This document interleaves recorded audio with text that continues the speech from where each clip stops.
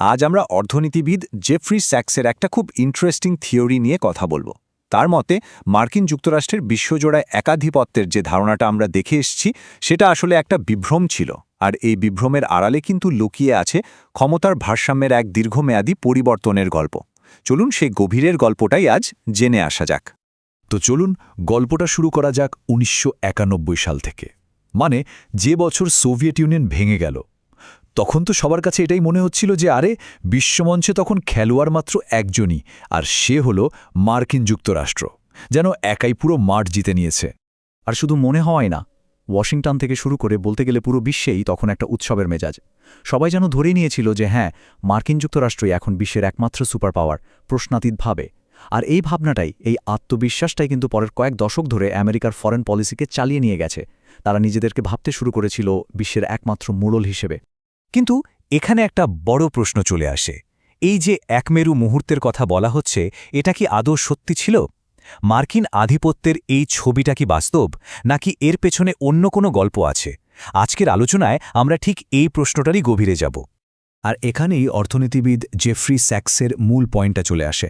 তিনি বলছেন, এই যে ইউনিপোলার মোমেন্টের ধারণা, এটা আসলে ছিল একটা বিভ্রমের মতো, একটা আড়াল, যা দশকের পর দশক ধরে চলতে থাকা একটা বিরাট অর্থনৈতিক পরিবর্তনকে আমাদের চোখের সামনে থেকে সরিয়ে রেখেছিল।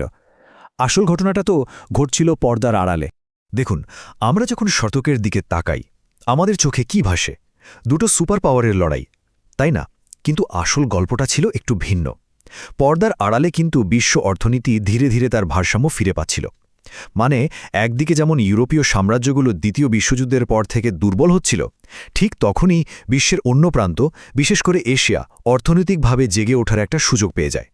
ব্যাপারটাকে এভাবেও ভাবা যায়, যেন বিশ্বের ইতিহাস নিয়ে দুটো আলাদা গল্প চলছে।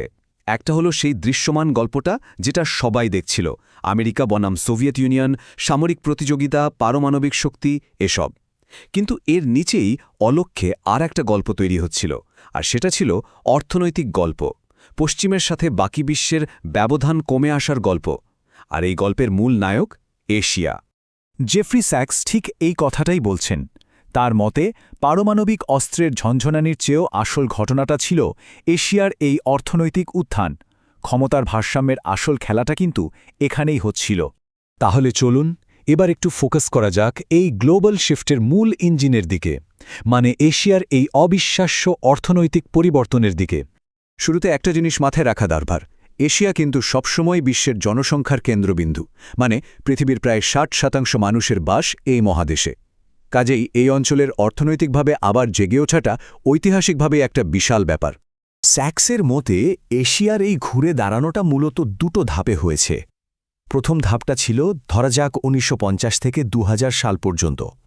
এই সময়টাতে তারা পশ্চিমকে ক্যাচ আপ করার চেষ্টা করছিল, মানে গণশিক্ষা, রাস্তাঘাট আর কলকারখানা তৈরি করে ব্যবধান কমাচ্ছিল।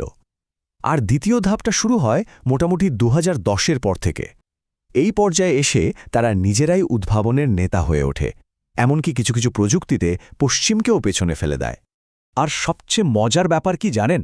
১৯৯১-এর দিকে যখন আমেরিকা নিজেদের বিশ্বের একছত্র অধিপতি ভাবছে, তখন মার্কিন পলিসি মেকাররা চীনকে কিন্তু ভবিষ্যতের কোনো প্রতিযোগী হিসাবে দেখেইনি। তাদের কাছে চীন ছিল স্রেফ একটা গরিব দেশ, যেটা আমেরিকার মার্কেটের জন্য সস্তায় জিনিসপত্র বানিয়ে দেয়। এই যে একটা বিরাট শক্তিকে দেখতে না পাওয়া, এটাই প্রমাণ করে যে একমেরু বিশ্বের ধারণায় তারা এতটাই মগ্ন ছিল যে চোখের সামনে ঘটতে থাকা সবচেয়ে বড় অর্থনৈতিক পরিবর্তনটাই তাদের নজর এড়িয়ে গিয়েছিল। এখন মনে প্রশ্ন আসতেই পারে, আচ্ছা, মার্কিন আধিপত্যের এই ধারণাটা এত জেকে বসেছিল কেন? কেন এটা এত দিন ধরে টিকেছিল? এর পেছনে কিন্তু কিছু গভীর মনস্তাত্ত্বিক আর আদর্শগত কারণও আছে। স্যাক্স এখানে ইতিহাসের একটা খুব সাধারণ কিন্তু গুরুত্বপূর্ণ সত্যি মনে করিয়ে দিচ্ছেন, প্রযুক্তি বা অর্থনৈতিক সুবিধা কখনও চিরস্থায়ী হয় না। ভালো আইডিয়া, ভালো প্রযুক্তি, এগুলো সময়ের সাথে সাথে ছড়িয়ে পড়বেই। ফলে ক্ষমতার উপর কোনো একটা দেশের চিরস্থায়ী একচেটিয়া দখল রাখাটা প্রায় অসম্ভব। এই মানসিকতাটাকে ব্যাখ্যা করার জন্য স্যাক্স একটা টার্ম ব্যবহার করেন, অফেন্সিভ রিয়েলিজম। এর মূল কথাটা হলো, কিছু শক্তিশালী দেশ মনে করে পৃথিবীতে ক্ষমতার ভারসাম্য বলে কিছু নেই। টিকে থাকতে হলে একটাই রাস্তা, সবসময় আরও শক্তি অর্জন করো আর তোমার প্রতিদ্বন্দ্বীদের দুর্বল করে দাও। আসলে কয়েকশো বছরের পশ্চিমা আধিপত্য তাদের মধ্যে এক ধরনের সাম্রাজ্যবাদী মানসিকতা তৈরি করে দিয়েছিল, যেমন নিজেদের সংস্কৃতিকে সেরা ভাবা কিংবা অন্য কোনো শক্তির উত্থানকে স্বাভাবিকভাবে না দেখে বরং একটা অনুপ্রবেশ বা হুমকি হিসেবে দেখা। এই চিন্তাভাবনার শেকড়টা কিন্তু অনেক গভীরে। আর জেফ্রি স্যাক্সের মতে এই ঐতিহাসিক মানসিকতাগুলো খুব সহজে যায় না। এগুলো আজও অনেক দেশের পররাষ্ট্রনীতির সিদ্ধান্তকে প্রভাবিত করে, আর এটাই পরিবর্তনশীল বিশ্বের বাস্তবতাকে মেনে নিতে একটা বড় বাধা হয়ে দাঁড়ায়। তো চলুন এবার আলোচনাটা একদম বর্তমান সময়ে নিয়ে আসি। এখন কিন্তু সেই দীর্ঘমেয়াদী অর্থনৈতিক ট্রেন্ডগুলো সবার কাছে পরিষ্কার। আমরা এখন সত্যি একটা নতুন বহুমেরু বিশ্বে প্রবেশ করেছি। সাম্প্রতিক সময়ের দিকে তাকালেই একমেরু ক্ষমতার সীমাবদ্ধতাগুলো আরও স্পষ্ট হয়ে যায়। যেমন ধরুন, ভিয়েতনাম যুদ্ধ কিংবা ইউক্রেন যুদ্ধকে কেন্দ্র করে ন্যাটোর সম্প্রসারণের যে বাধা এসেছে, অথবা রাশিয়ার মতো বড় অর্থনীতির বিরুদ্ধে নিষেধাজ্ঞা যে আশানুরূপ কাজ করেনি, এই সবই দেখিয়ে দেয় যে একটা দেশের পক্ষে একা পুরো বিশ্বকে নিয়ন্ত্রণ করা আর সম্ভব না। এখানে স্যাক্সের কথাটা খুব গুরুত্বপূর্ণ। তিনি কিন্তু আমেরিকার পতনের কথা বলছেন না। তিনি যেটা বলছেন সেটা হলো আমেরিকার সেই অপ্রতিদ্বন্দ্বী একছত্র আধিপত্যের যুগটা শেষ হয়েছে। ক্ষমতার সীমাগুলো এখন স্পষ্ট হয়ে গেছে।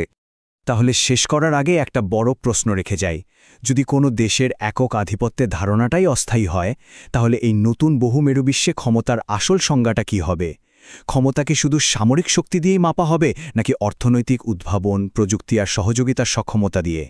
এই প্রশ্নটাই হয়তো একবিংশ শতাব্দীর সবচেয়ে বড় চ্যালেঞ্জ।